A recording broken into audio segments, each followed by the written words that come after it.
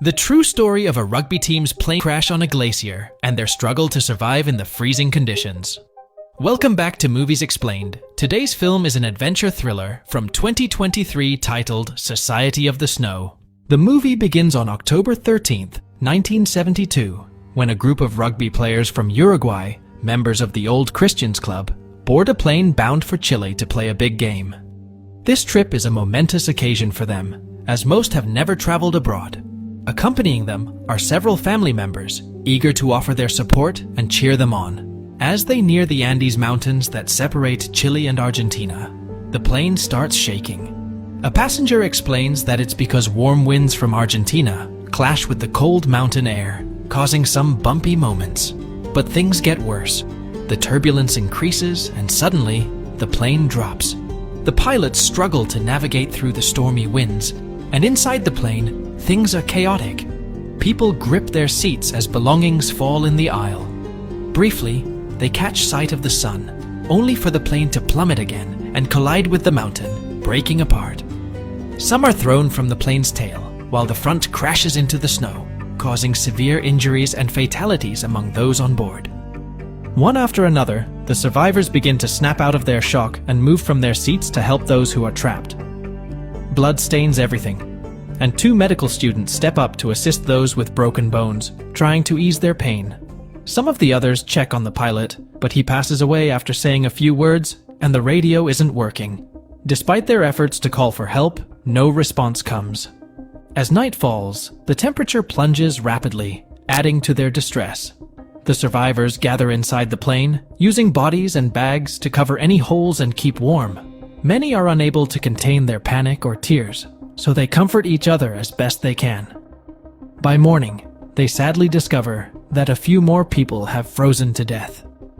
The storm has cleared, revealing a strong sun, but as they survey their surroundings, all they see are endless miles of snow-covered mountains. The group gathers and decides they need to take action to survive. They clear out seats and debris from the plane, creating space for everyone to sleep at night.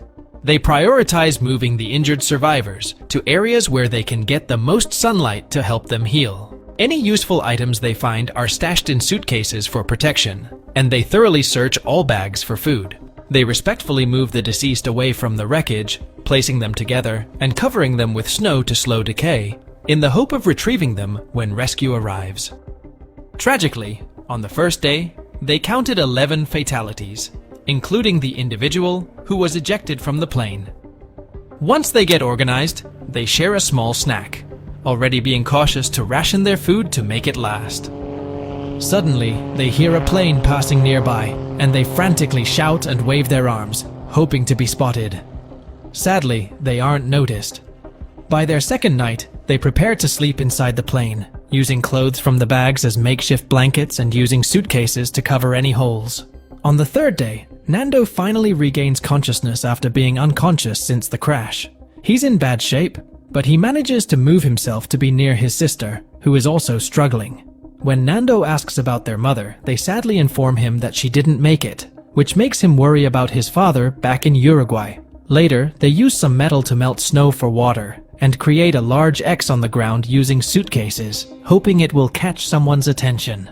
When another plane passes, they try using mirrors to reflect the sun's glare, and keep shouting for attention. Someone notices the plane's wings tilting, possibly a sign that they've been spotted. The next day, they hear the plane again, but it's distant, suggesting it's searching elsewhere and hasn't seen them. The group discusses survival options and recalls there were batteries in the tail of the plane. They decide to venture out to find them. Crafting makeshift goggles with mirrors and leather from the seats, 4 survivors head up the mountain in search of the tail. After covering a few miles, they realize that the crash site is hidden by snow and won't be visible from a distance, making the chances of a rescue very slim. Suddenly, they notice an avalanche starting, prompting the 4 to swiftly return to the crash site for safety. Days go by, and a week later, their food supply runs out. With no animals or plants around, they try eating moss from a rock, but it's revolting. In desperation, Nando suggests they might have to consider eating the deceased bodies. This sparks a heated debate among the survivors about whether it's morally acceptable. Some worry about the color of their urine turning dark, while others fear legal consequences. As time drags on, their desperation for food grows. They resort to eating anything they can find, even things like shoelaces and cigarettes. Sadly, this only worsens their condition, making their urine even darker.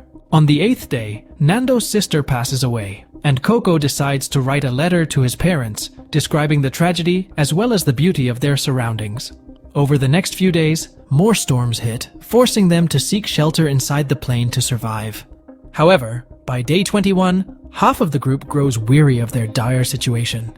They make a difficult decision. They give permission for others to eat their bodies if they die.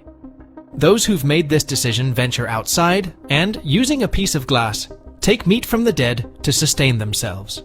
Witnessing this, a few others change their minds and join the group in taking this drastic step to survive, leaving only 5 individuals who refuse to resort to cannibalism. The following day, they establish a system to conceal most of the bodies while they process them. This way, it's less disturbing for those not involved in the task. They also begin to leave some pieces of meat out in the sun to thaw. At some point, they discover a new suitcase buried in the snow, containing a radio. After quickly making an antenna, they manage to switch it on, only to hear from the news that the government has decided to halt the search for them after 66 failed search missions. This devastating news triggers a collective breakdown among the group, and 4 individuals succumb to eating human flesh out of despair. Later, 3 of the guys decide to make another attempt to search properly for the tail of the plane. They first encounter a massive wreckage and come across 5 bodies, one of whom was the person who was ejected from the plane during the crash. Moving quickly is tough. They face slippery terrain and freezing winds that make breathing a challenge. At night, they huddle together against the mountain's side, attempting to sleep through a raging storm. They wake up covered in snow, but alive. Unfortunately, one of them loses their sight, and the other 2 are severely weakened. They decide to retreat, sliding down the mountain on a piece of debris. After such a traumatic ordeal, the remaining person reluctantly agrees to consume human flesh and goes to sleep, overcome with tears. By day 17, the group has been enduring a 5-day storm. They try to lift spirits by sharing stories while hunkering down inside the plane. Suddenly, an avalanche crashes down, covering the plane in snow. As panic rises among the few who remained on top, one person ventures outside, only to realize the storm has intensified. Desperately, they start digging through the snow to uncover all the passengers who are buried. In a race against time, they even use urine to speed up the melting process. After extensive labor, tireless effort, and frantic calls, they manage to rescue everyone except for a woman who was deeply buried and had passed away swiftly. Just then, a strange noise alerts them to another avalanche heading their way. It engulfs them once more, claiming the lives of a few more men, including the team captain. The survivors act quickly, creating holes to ensure they can breathe. They're left waiting anxiously, hearing the unsettling sounds of snow cascading around them. When they regain some strength, they gather and move 8 bodies to a corner. By day 18, they've been buried for 2 days, and the pangs of hunger become unbearable. With no other options, they reluctantly resort to obtaining meat from the bodies. This time, it's much more difficult because they can't conceal most of the bodies in the snow to avoid seeing their faces. They're forced to confront the fact that they know exactly whose flesh they're consuming. This realization fills Numa with rage, leading him to dig furiously and break the windows. Unfortunately, in his fervor, he ends up injuring his leg with the broken glass. Despite the injury, he persists in digging. On day 20, he finally succeeds in making a hole in the snow large enough for the remaining survivors to emerge. After taking a moment to breathe and appreciate their survival, the group starts working on excavating the plane. Numa realizes he has a cut on his foot, unnoticed until now due to the cold, but he pushes it aside and continues to lend a hand. Eventually, the sunny weather aids in freeing the plane. They contemplate sending a few men on a search mission again, but the freezing nights outside make survival impossible. They agree to wait a few more days, as summer is approaching. On day 34, the thaw finally begins. The 2 men who were injured from the start are very ill, and the medical students understand there's nothing more they can do. Within hours, they discover Coco has fluid-filled lungs, and despite attempts at CPR, he passes away. As they retrieve his body, they find his letter and safeguard it. On day 36, Roberto, Nando, Tintin, and Numa set out on a new search, dressed in extra layers to handle the cold nights. However, Numa soon feels dizzy and collapses. Checking his foot, they find it's infected. The group considers taking him back, but Numa insists he can manage alone and urges them to continue. Once back at the crash site, Numa faints. A few hours later, he wakes to find the other sick passenger hallucinating before passing away. The following morning, the group begins chipping away at the ice around the cockpit, just in case they might need it. Numa wants to help, but is too weak, leaving him feeling frustrated and worthless. The trio returns with exciting news. They've located the plane's tail. In a series of short trips with the rest of the group, they bring back numerous clean coats, bottles of rum, cigarettes, and even chocolate. Additionally, they uncover the plane's batteries and attempt to link them to the cockpit to revive the radio. After much effort, they succeed in getting some static from the radio, but despite their attempts, they don't receive any response.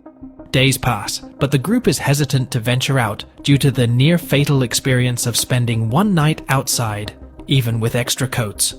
Numa's infection worsens, spreading throughout his body.